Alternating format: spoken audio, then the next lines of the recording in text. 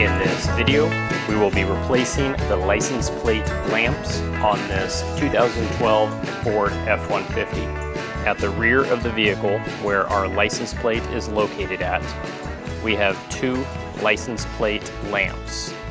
To access these bulbs, we need to go underneath the vehicle and look at the back side. And taking a look at the back side, we can see our wiring harness for that bulb location. We can rotate this counterclockwise and wiggle it out.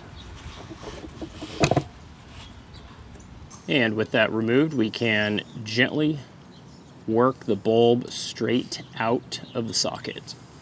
And I always like to compare my old bulb with my new bulb. This is bulb number 194 for the license plate lights.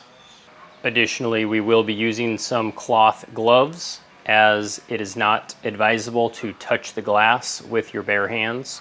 And our new bulbs can be installed in the opposite fashion that we removed the old bulbs. And after reinstalling the socket, it does require a little bit of force and about an eighth of a turn clockwise to snap those in there. Now these are just a little bit tricky and will be a little bit aggravating to get those secure.